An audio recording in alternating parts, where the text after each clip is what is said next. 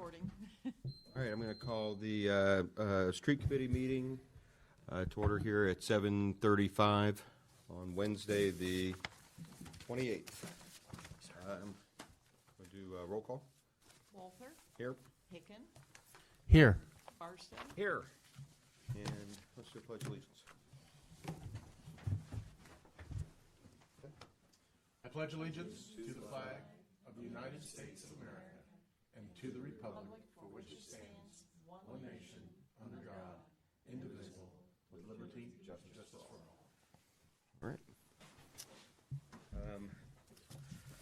Wanted to start off with a report from Jobs and Henderson. I met with Alan and we were talking through the local or the residents' concerns about some traffic issues over in the Hazelwood subdivision. I know we have a report in front of us from Jobs and Henderson. Do you want to kind of give a brief overview? Sure. DJ, real quick? Sure, real quick, and then I'll turn it over to Susan Derwachter, who's a traffic engineer with Jobs Henderson, and she can walk us through the report. As Andy mentioned, the residents up in the ravines at Hazelwood have approached council with concerns about speed and also volume of traffic cutting through their neighborhood. The committee and council have talked about some different issues, everything from discussions about speed bumps to reducing speed limits to restricting turn options out of the ravines at Hazelwood onto State Route 310.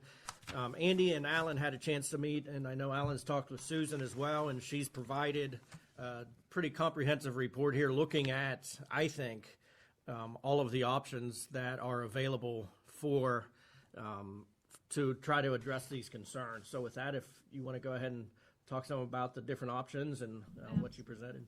Absolutely. Thank you, BJ. So we kind of took a broad brush and tried to look at various options that could be implemented. Some are more economical than others. There are a few that would be more costly, but it just depends upon, I guess, how severe the city wants to pursue this. Of course, one that we looked at would be speed bumps and speed humps. And we know we talked about some of the pros and cons. One of the major cons would, of course, be your snow plows. So those aren't real favorable with your snow plow drivers. So there is another option, somewhat similar, that are removable speed bumps. We have seen these utilized a lot on college campuses. So that way when school starts, say, in the fall, the school will put these speed bumps down. And then that kind of gets the students used to the traffic flow, used to the speed, slows people down a little bit. And then come winter time, they pull them up so that way they're not a nuisance for their plow drivers. But that is an option if you wanted to consider speed bumps, would be to use the removable ones. Should we ask questions as we get them? That'd be great. Why don't we ask questions as we go through each one of these? What's your estimate of the cost analysis of those? Are they more expensive? Are they less expensive than? The removable? Yes. Well, in terms of, an actual speed bump or hump, that would be constructed as part of your asphalt. Right. Where the removable is just a product you're buying. You screw it down, basically. You drill it down into your asphalt. I'd say probably comparable.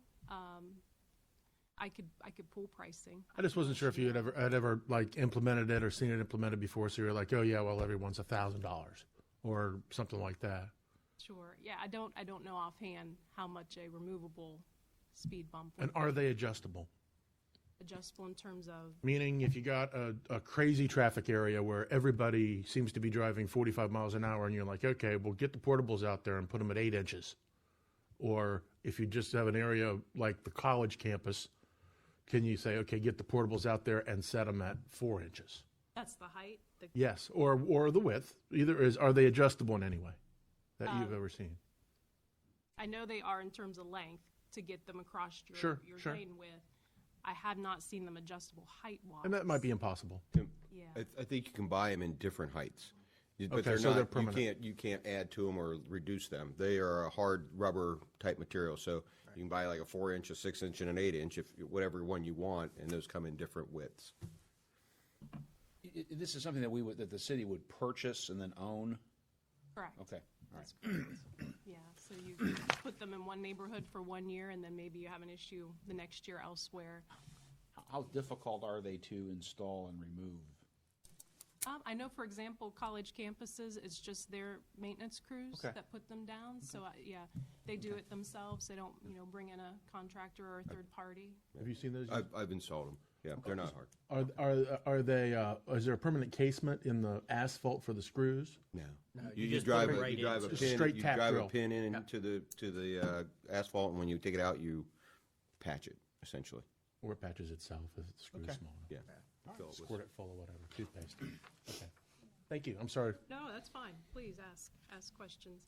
We've also added, just kind of going through the report, reducing the speed limit, which you're already at 25. I don't know that that's really, making it 20, I don't know that that's really going to deter people from, exceeding the speed limit. They're doing it now. I don't think dropping it 5 more miles per hour is going to have a lot of effect. We added that just as a potential option. Don't know that it's the most viable in this case. Something that also has been done, painting the speed limit actually on the pavement itself. Just more of a reminder to those motorists that are going a little too fast. Hey, it is 25 out here. Again, you already have speed limit signs out there. Putting it on the pavement, sure, it brings to their attention, but I don't know the folks that are speeding if that's truly going to deter them in this case. Adding additional speed limit signs. You could certainly do that. I know we went out, we looked at the site. They appear to be spaced properly. You could add a couple more just to, again, bring to their attention it is 25. Let's not exceed the speed limit. The next one down, street trees. Hazelwood, of course, you have typical wide width of pavement with on-street parking, your curb and gutter. You have a tree lawn and then sidewalk where there are homes where people constructed the walk. So between the back of curb and the sidewalk, you could add trees in that tree lawn area. What that allows is basically, it's a feel of a narrowing effect along your roadway. People's comfort level tends to slow them down a little bit, where right now it's a nice wide open space and people are exceeding the speed limit. A lot of the times they don't even realize it. So if you can narrow their cone of vision, add a little caution to their driving, then they tend to slow down. So that was one option we thought would potentially be viable for Hazelwood. I know in other municipalities, Alan and I were talking about this, where municipalities will approach the homeowners, basically ask them to kind of share in that cost, where they would purchase, the homeowner would purchase X number of trees depending on how much frontage they have, and the city would determine that spacing. And so the homeowner would buy a pre-selected tree, the city would dictate what would get planted, and then the city would actually do the planting themselves. So that's a potential option that maybe the neighborhood would be, open to, some of that cost sharing. There are such things as a neighborhood speed watch program, which I don't know that this is viable for the city, actually giving those homeowners radar guns and letting them, I think that goes to your drone idea. Yes, yeah, that would be similar, absolutely. Let the record show that Mr. Barstow was the drone idea guy. Good work. And they would Bad way, but it did work. they kind of feel then that they're taking more ownership of keeping their streets safe, and I don't know that that's viable here in the city, but that is certainly. And I don't know how you get, I don't think that the license, I think that obtaining the owner information based on a license plate is not I don't think that's a public record in Ohio. I don't think you can just, go to the BMV website and, I'll pull that, yeah. and plus I'm not sure that we would want maybe an upset resident writing a letter to a car owner. That lives 4 houses down. Right. Yeah. Right. Yeah. And doesn't like his dog either. Yeah. Yeah, there's a lot of sticky to this one, yeah. If they would just, maybe they would report it to the police department, and then we'd have the police department send a stern letter. Yes. Would be better. Have the chief, just have some sort of form letter. It's a good idea. Anything to try to keep the speed down. True, yeah. Center island narrowing, so basically not at intersections, more at mid-block areas, you would construct, a center island with landscaping in the middle. And again, that lends to the narrowing of the pavement and would slow people down as they traverse through that island and curb. So basically, we're just narrowing it down to a 12-foot lane in those isolated areas, which would get people to slow down. And again, your island, you want to make sure that it's landscaped, so that way it also kind of narrows that cone of vision. That would probably be one of your more expensive options in comparison to the others. Same with chokers and chicanes, very similar option where you're just trying to narrow that pavement with the choker. Or a chicane, that's where you're actually changing the alignment of your roadway by adding some landscaping on one side and then over to the other. That way people are having to traverse and make a lot of turns and sharp movements to slow them down. Again, more expensive, probably not the best option in this case. You already have the no through traffic signs posted, so that's certainly already taken care of. It looks like perhaps people aren't abiding by that, which is unfortunate. Enforcement's always a great option. Now, I know city crews are very limited, and to have somebody sit in a neighborhood as opposed to doing their other day-to-day activities, it's not really the most realistic, but to put a police officer there maybe during those peak hours when you're experiencing most of your cut through, be it 5 to 6 or perhaps in the morning, may deter a few drivers that see that police officer up there and they decide, well, I better just stick to 310 and 16. But have you ever encountered anything, and this was mentioned to me by somebody that is actually in a condo type association, and the condos are spread out significantly up in Westerville, and it kind of goes along with the citizens want it slower. They purchase trees in the tree lawns. Citizens want. Have you ever heard of a temporary assignment duty police being hired by associations themselves? Have you heard that, Andy? To enforce traffic laws? Well, No.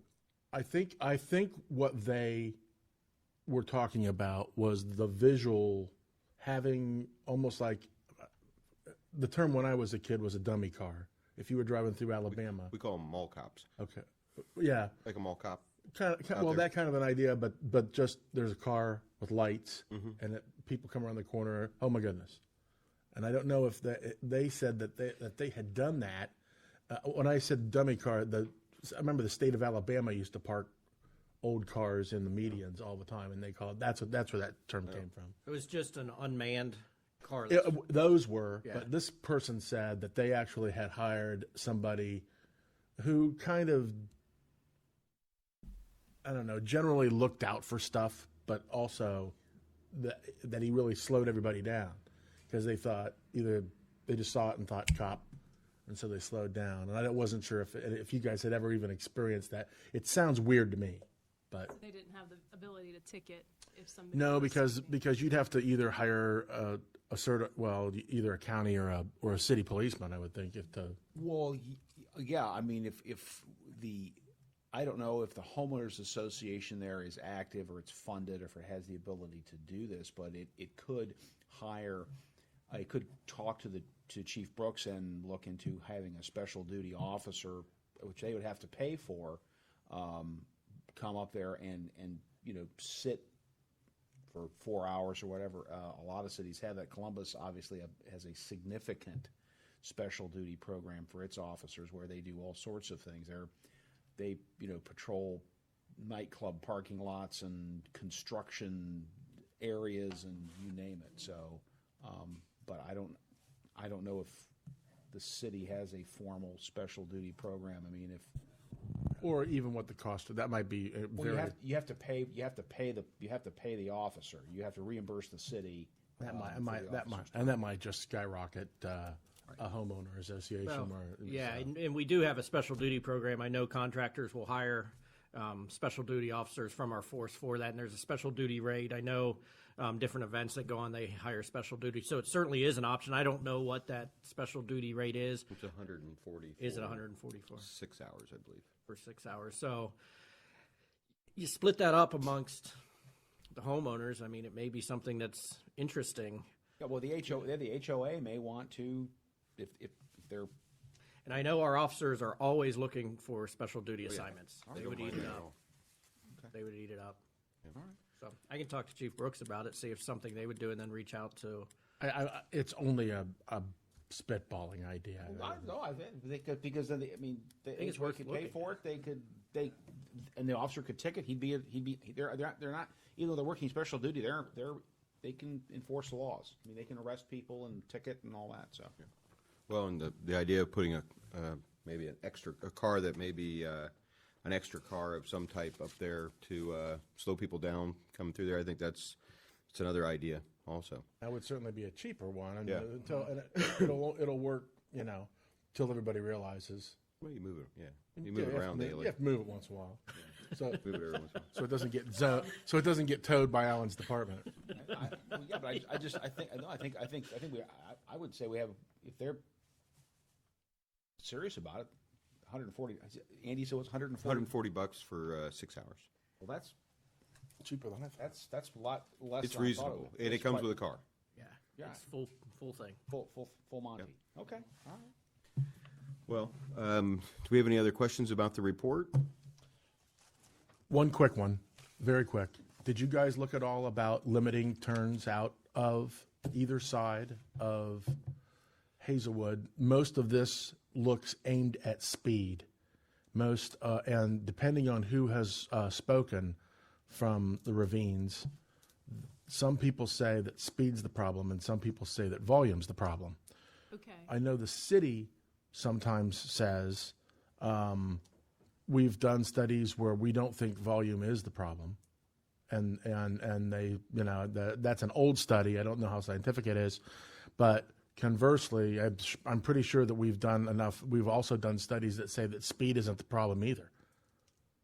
I mean, what we're getting here is the citizens basically saying there is a ton of traffic and it's dangerous, and it's dangerous for people that are out in the street.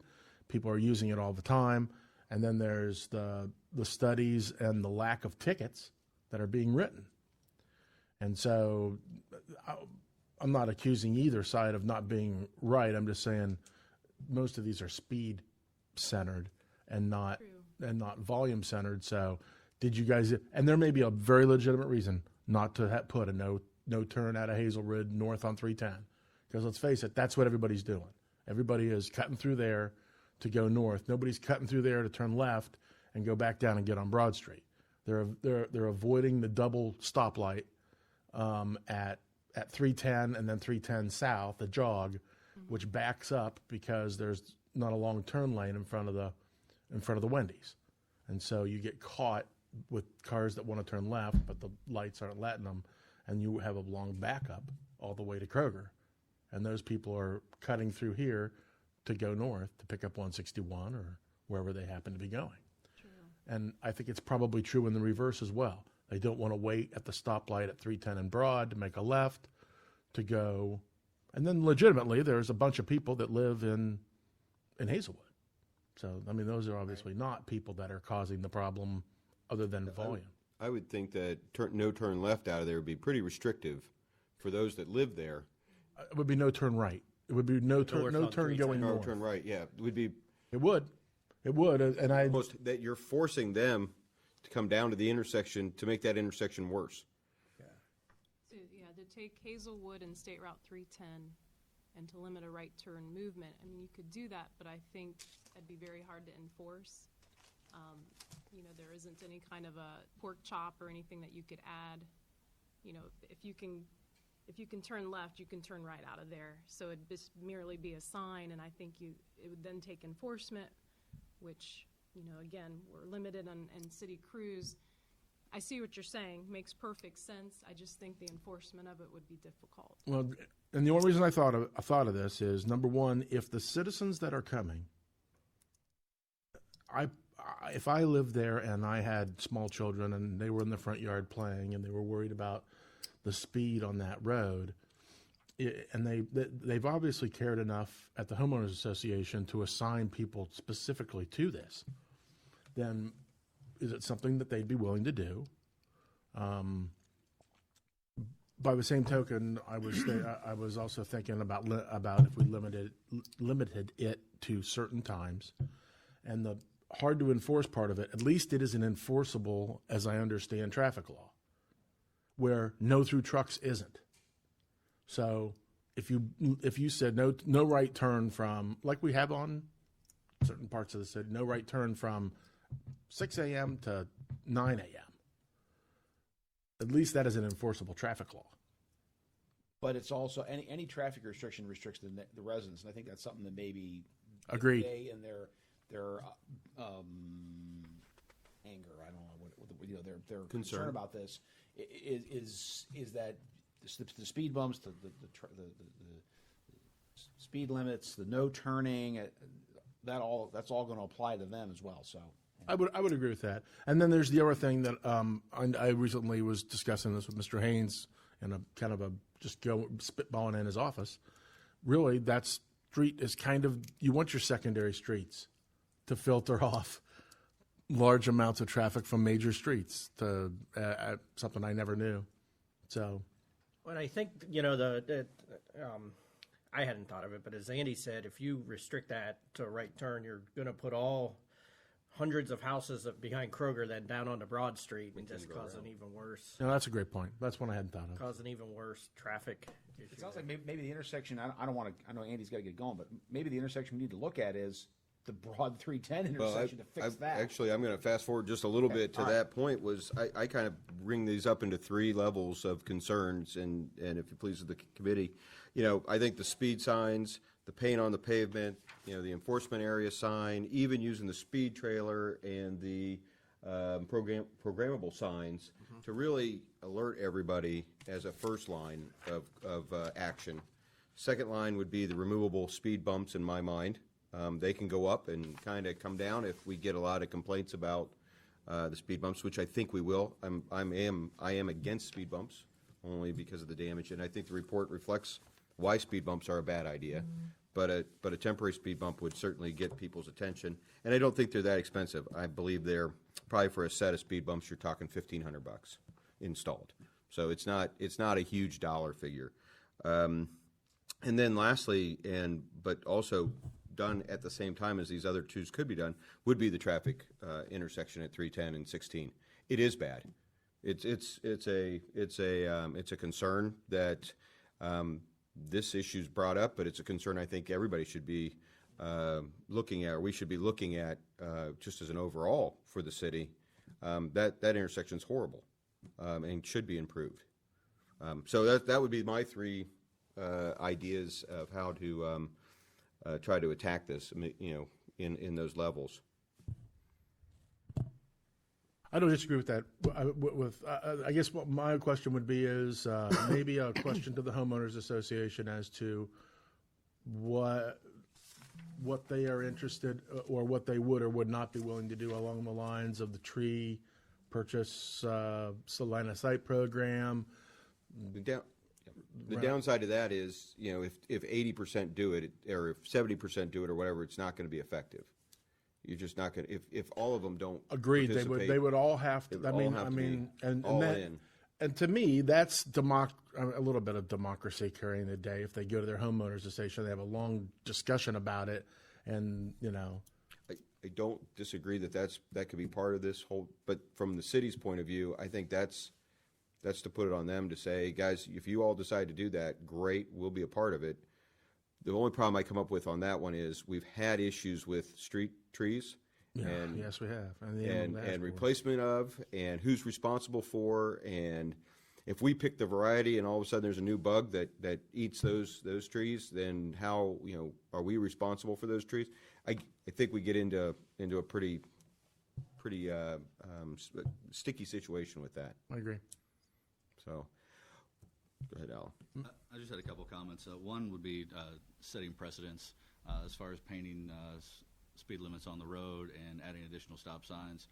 That's additional maintenance. Is that something we're willing to do not only here but everywhere? Because as soon as we do it there, it's going to be everywhere. Well, you did it here, so we want it in our subdivision, because this certainly isn't the only place that I've heard concerns about speeds in subdivisions. I know with street trees, I'm in favor of that. I know there is an issue with who's responsible for them, but they are part of the code. You know, they're required to be put in as part of subdivisions, and I do like the idea of narrowing the cone of vision. I think it looks good. And certainly if they die, that's something that we take care of as far as replacement. Maybe we'd have to figure that one out. With the removable speed bumps, you know, I'm not a fan of speed bumps, but the removable ones sound a lot better.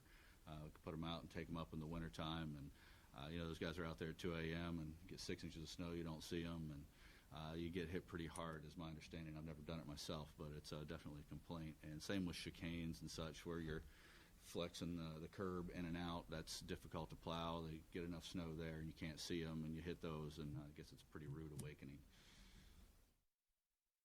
Okay. I think from here, I've been keeping Mr. DeNovo, the spokesperson, I guess, for their committee, up to date on what we're doing and everything. So following up with this, I can reach out to them and ask, you know, so they can discuss any interest in potentially a special duty officer or something up there. I am in favor of painting the speed limits on the asphalt. I think you're right. It is something we'll have to do. It may set a precedence, but I think that's okay if this is something we want to start looking at. I don't anticipate it's going to be a large dollar amount to do it. I also like the idea of the temporary speed bumps. I think, you know, the concern about snow plowing, when it snows anyways, traffic tends to slow down anyways, so naturally we're going to have it. And I think this is something, if we purchase those, it doesn't mean they always have to be in the ravines of Hazelwood. They can be used elsewhere too if we have similar concerns. So I want to work towards implementing those approaches here and see what the results are. I'd like to. I think we should meet with the homeowners association, or have the homeowners association meet and let us know and share this report with them, so that we don't decide that painting the streets and putting up more stop signs and speed limits are what they want, but they want chicanes, permanent 10-inch speed bumps, and a 24/7 police presence, and that's the only thing that's. I'm not saying that, but so that we're not Opposite ends. at opposite ends of Good idea. the spectrum. It's a good idea. I can get that scheduled. Okay. I want one other highlight. You know, the fourth paragraph, it says police enforcement is the most effective measure, and I think I can't agree with that more. And I want to reiterate that to BJ and to the chief. You know, we really, if this is a problem area, I couldn't agree with that statement more.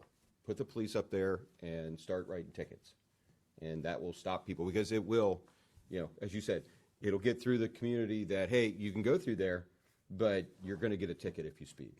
That's all there is to it. And I think that I highlighted that in my report, that was the most, that jumped out at me, you know, pretty strongly. So, okay, thank you very much. Anything else for that item? Well done. Thank you. Yep, thank you. Thanks, Jason. Thanks.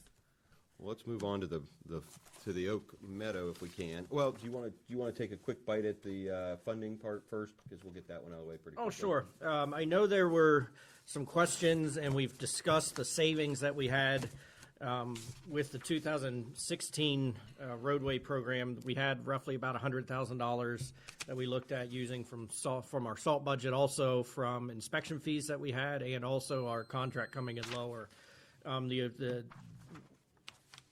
What I feel makes the most sense, and what I think we've discussed here, is, you know, there were questions: should we go out and do more paving in 16? The problem with that is that we were going to pay a premium for asphalt and for the program, because it's going to be a much smaller project. So what we've decided is to take that money, let it roll over into the 17 budget, add it to the 17 roadway program, and the roads we were talking about potentially doing this year with that savings, add to the 17 program, bid it all out as one to get the economy of scale. Asphalt prices may be a little lower at that point, and I think we're going to get a lot better prices doing it that way. So my point is that yes, we did have a savings in 16 on roadway, on salt, that freed up some money. That money just gets carried over as part of the 16 carryover. It is baked into the 2017 proposed budget. we have $600,000 available for our roadway program in 17, which is the most the city's ever spent on local funds. And I think we're going to start seeing that. That's going to be our goal, if not more, annually to put towards roadway programs. So, I know there were questions, hey, should this be 700,000? Well, it's all accounted for in what's proposed here, so. I guess my first question would be, okay, but I don't see the roads we were talking about doing this year on this ramp. Township's not on there? Where is it? Oh, I'm sorry, Bridge to Mill. Yeah, Mill's definitely on there. Yeah, and Township. Yep. My apologies. Mill is currently on there, but we were also We've talked contemplating about moving that some to issues with that. 18 I remember- for yeah. water line, yeah. Right. I remember that. Well, let's kind of dive, if we don't mind, let's dive into Oak Meadow, because I really like to have some kind of, like to at least go through this discussion and have some kind of recommendation to council and to the administration so they can finish up the ramp. And it's a big piece of the puzzle in what all we want to do, I guess, is the first thing. Scope is the issue. Alan's put together, as Alan and I discussed, a very simple schematic of what the three options essentially boil down to. The first option is an overlay. It shows kind of the existing condition of the substandard, the narrow roadway that does not have any room for pedestrians within the roadway, nor does it have sidewalks. No, ditches and limited right-of-way. Second option shows a little bit different project, one where we would widen the road to 24, maybe 26 feet. Did you go to 26? I went to 24 on this. Okay, 24 feet. You could go an extra foot or so, just to give, you could go to 26 if you really wanted to. I think we discussed that would change the cost a little bit. But the idea is to give it room on the roadway for pedestrians to walk along the berm, bikes to be able to be ridden on the roadway, and give plenty of room for cars. Again, no work done to the ditches other than just reestablishing some and reconfiguring a little bit, but no sidewalk. Last one is the full reconstruction of the road. That's curb and gutter and storm, and then sidewalk on one side.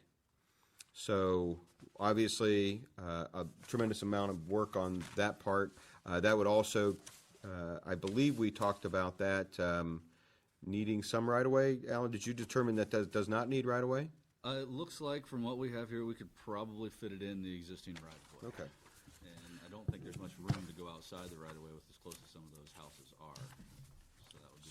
So Alan we had originally had this from earlier this year, this estimate for essentially these options. There was a fourth option also. First option would be what Alan has shown is the full, what they call option A, is their full reconstruction. And then a variant B and C are what we have in here as our, actually, I think D. D is just the overlay, correct? I believe so, yes.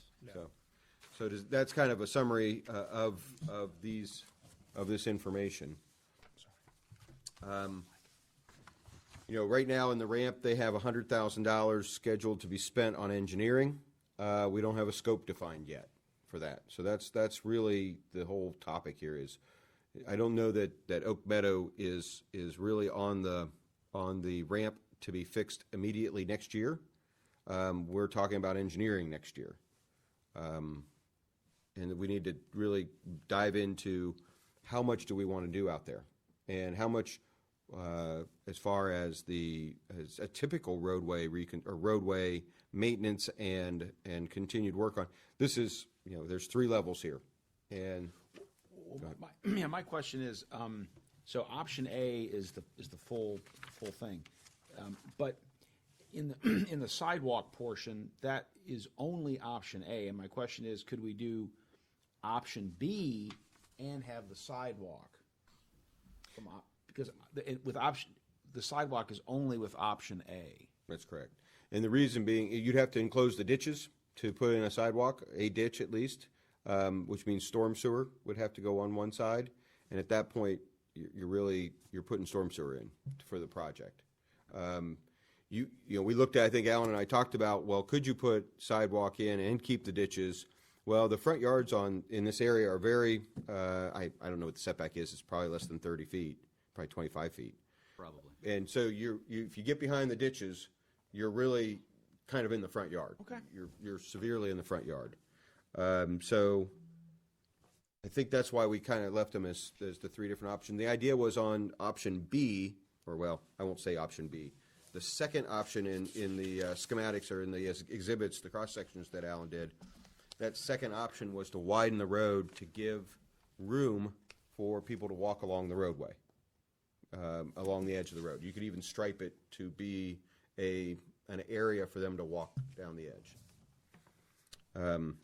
So estimate-wise, cost-wise, you know, I'm just going to throw out round numbers. Round number for the full design and full build-out is $1 million, round numbers. Option, the second one, which is to widen the road, I think we came out at 400,000 Plus or minus. plus or minus, and the first option is $120,000 roughly. So those are kind of the levels of cost. What are the different, I'm looking at the schematic, I think I understand it, but what's the difference between the option, the second one and the third? So not the million, but what's the main difference between the 400,000 and the 120,000 from let me understand what it's going to look like point of view? The 120,000 is effectively, it's going to look exactly like it does now, but with new pavement. So it's not going to be any wider. We do some ditch improvements to try and, help maintain the road, but it would be the same pavement width and cross-section. Well, the issues that I've heard consistently from the Oak Meadows folks is that the roadway is in bad shape and that it is unsafe for pedestrian, bike, child travel. So option C only solves one of those problems. They have a nice new road, but they'll have the same safety concern that they have. I think now. with C, we've got to do some other things, like potentially close down that gate. We'd have to reinstall the gate at the park, for instance, to stop that traffic going to the park from their side from Oak Meadows side. Right, but I think that I know that's obviously a concern, and that's why the road's kind of gotten beat up, is all that extra traffic. But anyway, I think that their concern, the safety concern, isn't necessarily the park traffic; it's just the traffic on that street. It's a pretty long street. There's a lot of houses and a lot of people live on that street. So that was the impression that I got, that it was, closing the park will help a long way towards the safety issue, but I think it's just the folks who live there too. Yeah, a couple things on that. One with the park, I think a couple times during the year the park does get pretty bad. So Yeah. that's Yes. one of the concerns. Yes. And we're showing that that first section there with just the existing conditions, basically repaving, just to show what it would cost if we were going to go that route. I don't think that's really what is the direction we want to go. It's a just- baseline. It's a baseline. It's what Okay. probably would happen, on other roadways. That's what we would do. So, Andy, real quick. yep, go ahead. And to Todd's point about the safety, Brenda Sams, who's been coming here, she and I were corresponding this morning. She was unable to make it and asked for an update. But she, in her email, said just this weekend saw a kid on a bike. And because the road is narrow, the edges are falling apart, the cars were trying to maneuver, and she said the kid almost got hit. So there certainly is a safety concern that they're concerned about. So option one with, as we said, is a baseline. That's not going to address that concern of theirs. Right. It'll address one of the concerns that they have, but not the other concern. Correct. Yeah. Okay. Gotcha. So I think one of the other discussion points to have on the full redesign or rebuild of the roadway with sidewalk is also, do we want to look into assessments for property owners? I think that, I haven't gone down through there and counted how many property owners there would be on that one side, but it would be a pretty small amount of residents paying for a sidewalk that benefits the entire subdivision, if not the subdivision adjacent. Agreed. I would have a hard time asking those people to pay for sidewalk that benefits everybody else. But at the same time, I think we have to just talk about it. We have to at least know that that's one thing that the committee would recommend or not recommend. Well, my feeling on that is, I think that's the best. If we're talking pure safety, that's the best option available, is to put in a sidewalk. By the same token, for the amount of money that would cost, I don't think we can consider $1 million project there. That's 2 years of a ramp. That means nothing else gets done in the entire city. So I don't know. I guess my question would be is the people that have come in from that stretch, I think have been extremely knowledgeable, and even some that was the first time I heard the word assessment was from them. So the question is, how can we proceed and without knowing that absolute fact for me? Meaning, can we begin to proceed to build this into the ramp and make a recommendation to council, and then find out if they want, if they're willing to do that? Well, Is that even possible? well, the sidewalk portion is a small amount of the additional costs that option presents. It's the curb and storm that are the expense. Right. There's no doubt about it. Now, the benefit to them is they no longer have ditches. I mean, all of them would. I mean, on that whole entire road, nobody would have any ditches, and that's a huge benefit for that stretch of roadway. The sidewalk is a small portion. I mean, we've got 104,000 in this estimate for it, but that's both sides. If you were to do one side, you're going to knock that down to 60,000. So 60,000 out of $1 million project gives you kind of the perspective of what we're talking about with assessments. So, I got you.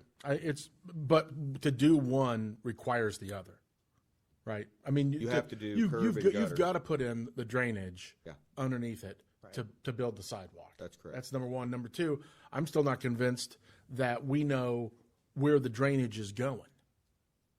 I mean, I've had at least two conversations with Alan where we've kind of been spitballing, and it seems like you're going to put a storm sewer in all the way. Now you're going to have to run another storm over to the creek. It's not just a matter of putting a line down and it goes someplace, because the entire subdivision was not designed to meet any requirements of the city. And if you have it make a turn, you're just going to be dumping an insane amount of water into another person's ditch. Right. So, I mean, I don't even know if that cost is in here. I mean, I figure that's the cost of piping Oak Meadow, but not the storm sewers that are going to have to go all the way to the creek. I did an independent cost estimate where I had included the storm sewers and had just a single sidewalk, and it was very similar to what they had right around the 1.2 million. So I think that we could make that happen for roughly 1.2 million. So it's another $200,000. Well, $300,000, right? 9.2 versus. So okay. So, I guess if I'm going to voice my opinion, I am certainly not for the number one. I'm not for the low cost. I think that's a throwaway of money. We have drainage problems out there that's not going to solve. It'll be a pretty street for a few years, and then it'll go right back to what it is now. And it doesn't help any safety issues whatsoever. Matter of fact, I think it makes it less safe. Brand new roads are a lot easier to speed on. So I would take number one off the table at this point. As far as the second option, I think there should be some look at between a 24 and a 26-foot section. A 26-foot section, you can do 10, or you can do two 11-foot lanes and a 4-foot walking path on the roadway. We label them as bike paths throughout the city. Throughout other cities, it's done that way. I don't think we call it a walking area, but we definitely call it it's a bike path, and that's a pedestrian. Pedestrians can use that also. So that's dedicated 4-foot section on the roadway for pedestrians and striped that way. Is it only striped? I've seen it both. I've seen it striped and coned. It could be. You could put plastic cones down through there. The bounce back cones. You could do that. That's not a bad idea either. And those are not overly expensive. There is some maintenance. winter times kind of rough for those to resist snow plows. And people who drive over them. I've seen And people that drive over them, Just you know, lightly at 2 drive o'clock in the over them. morning, and it's just to see if they can hit them with their big trucks. I've seen people in cars, nice cars, just drive over the cones to get to where they want to go. Anyway, sorry. Good, yeah. That's not a bad idea. At least that brings up some safety issues, and it's definitely cost-effective for, in lieu of a sidewalk. I will state that, in my opinion, the third option is not a viable option for the city. We just can't afford it. It's just bottom line. I just can't. There are too many things on this list, and on others' list. I mean, Mel brought up some other ones that aren't even on here yet. Unless we stretched this Oak Meadow project out for 2 or 3 years, you know, and did it bits and pieces on the 1.1 million option would take us, you know. That's why it would have to happen. Right. And that doesn't seem like the right thing to do either. I'd rather see us do a design this winter and spring and go in, and Alan and I talked a little bit about this, about, you know, maybe reconfiguring some of these ramp items and going in there and trying to get it, you know, as quickly as we could in a 1-year project. That's my opinion. Andy, I like that. I think that's the only way we can go. But I think we also need to look at, I like Tim's idea about somehow putting cones or some sort of safety materials for the bike walking path, and also looking at with the chief on restricting on-street parking, so there's Oh, yeah. no on-street parking. Yeah. I don't think there's on-street parking now. Well, no, but I mean, Not I think- allowed, I at think- least. I think people do it. Oh, yeah, they park in the And then ditch. it's wider. They're going to say, "Oh, yeah, park my boat." Well, that's something we could do Right. with the service department. We Right, can but post no parking. no signs. parking, and so take some of the problems that we're seeing with the ravines, and learn from that, and say, okay, when we do this project, let's, you know, parking, maybe the portable speed bumps, and some other ideas that we've talked about from that we've learned that are problems in neighborhoods, and do it in here, so we start off that way. But I agree with Andy. I think from a financial perspective, there are two options as a practical matter, and of the two, we just can't do the 1.1 million. Good. I feel comfortable with option number 2. I've had in my mind all along that's probably the route to go with this. Doing that also reduces what the engineering costs will be. You know, we had $100,000 as a place mark in the budget for engineering for Oak Meadow at a $285,000 project. It shouldn't be anywhere close to $100,000, so that'll free up some of the Well, additional money. I don't know that I'd quote the 285. Well, we're going to probably, what Alan and I have talked about is going a little bit wider. It's going to take some more ditch work. It's probably going to be closer to 400, but at that same time, that's engineering included. Yeah. So you're probably, you know, $40,000 in engineering. Right. You know, I'm just throwing out a number, but you're definitely less in engineering. Gotcha. Now, my only problem with that is we all need to realize if that's the recommendation we're going to make, and I don't know if I'm 100% on board with it. I agree with everybody that's talked, and I agree that that's the best option. But that's still 3/4 of the ramp. And there's worse roads in this city than that road. That doesn't mean I'm against that concept, but yeah, I'd like to have Alan or BJ talk a little bit about, okay, that's a $400 bite. Are we dividing it by engineering? Do we have $100,000 left over, so it's really only a $300,000 bite? And then are we biting that in 2 years so that we're still addressing problem roads in places like Taylor Estates? Or, you know, this is a focused large amount of money. Once again, whether you think that's the village or not, people on the west side would view it that way.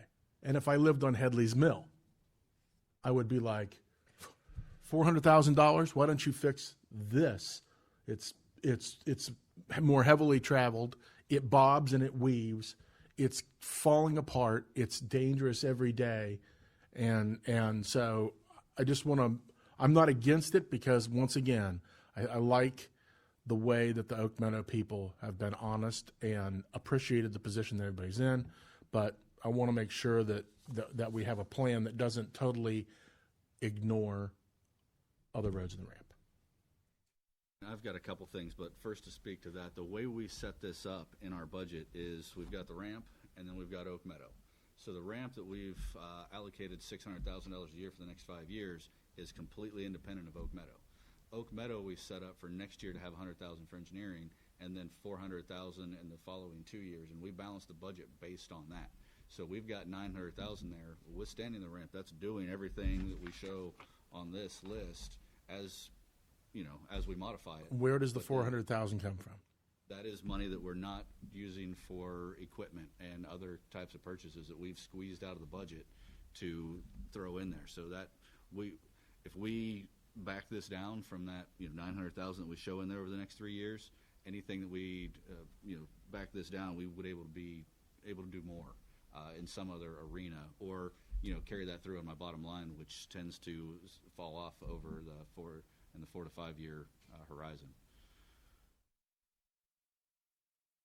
Okay.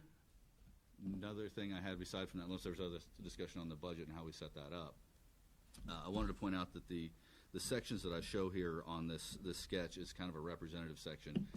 It's certainly not all that's out there. It's not just ditch like that on both sides. There's places where there's no ditches, and so just want to have that caveat in there that it would change from this in multiple places.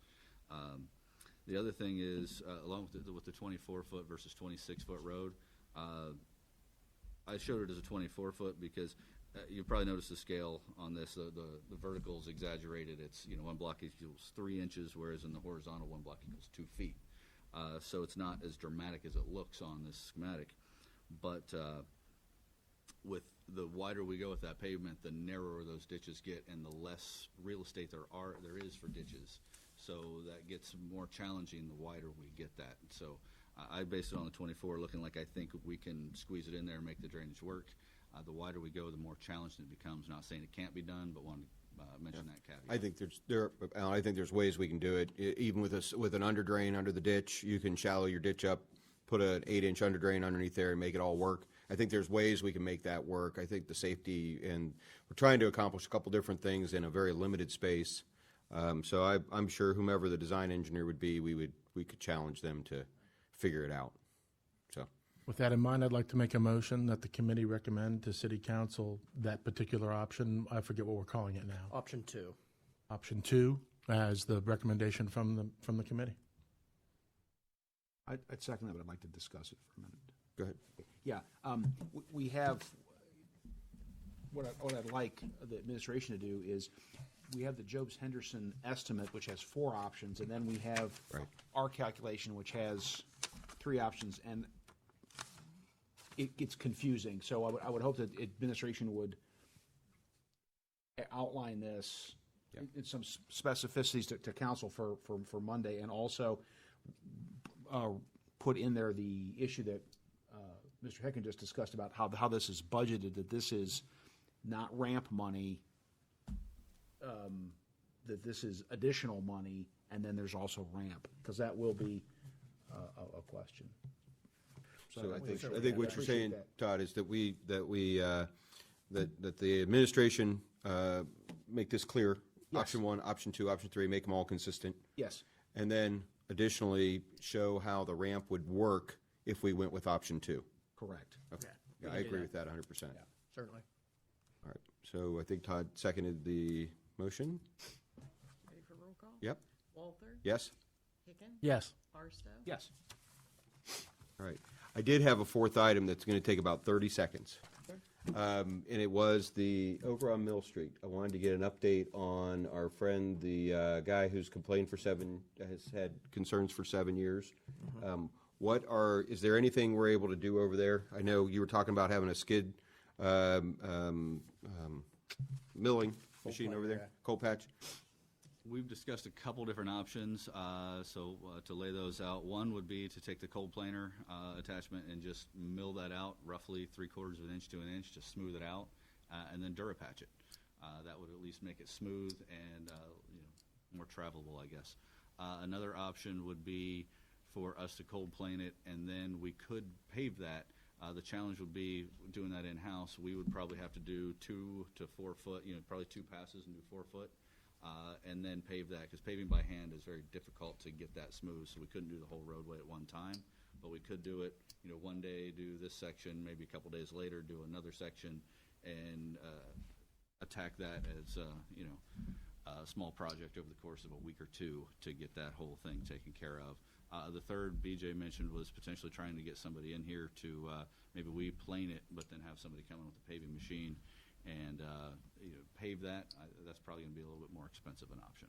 Yeah, I think that's probably well, how do you, given the other Durapatching and other planing that we've done with the new skid, with the equipment, I think your option one seems like it's the easiest and quickest option to give a temporary solution, maybe year and a half of time that you could get out of that. I would say that with the weather we're having, that would be the option to go with as quickly as we could. That's my opinion. I'd agree. Yeah, and that is this. I believe this is the area where the utility department's going to come next year and It is. It is. dig it all up again and Yeah. right. So we're just trying to do a temporary low cost for right now. Make it a little safer, a little better to Smoother. travel. All right. Yep. Yeah. And I think we've got the in-house ability to do it. Let's do it and get it out of our hair. And once the utility department's done, Then we will add that in. The utility department, ideally, if they can fund it, would be, I think, 2018 is when he would look at replacing the water line. And then potentially that same year, if he can get it done early enough, we would go in and do a mill and fill and do the whole pavement. And obviously, Alan, I think for safety purposes, you're going to close that stretch of street down so you guys can get in there and do the work in a day. There's so much traffic, and that corner is extremely dangerous. People You'd come have to around that close it. corner at think it's the third turn at Indy. So, and it's dangerous. Yeah. Yeah. It would be closed during the work. Okay, good. Anything else from committee? move to adjourn. Second. Thank you much. Bolton, Yes. Hicken, Yes. Barstow. Yes. Appreciate it. Yeah, thank you. Hey, we're meeting at 4 today. Are you joining?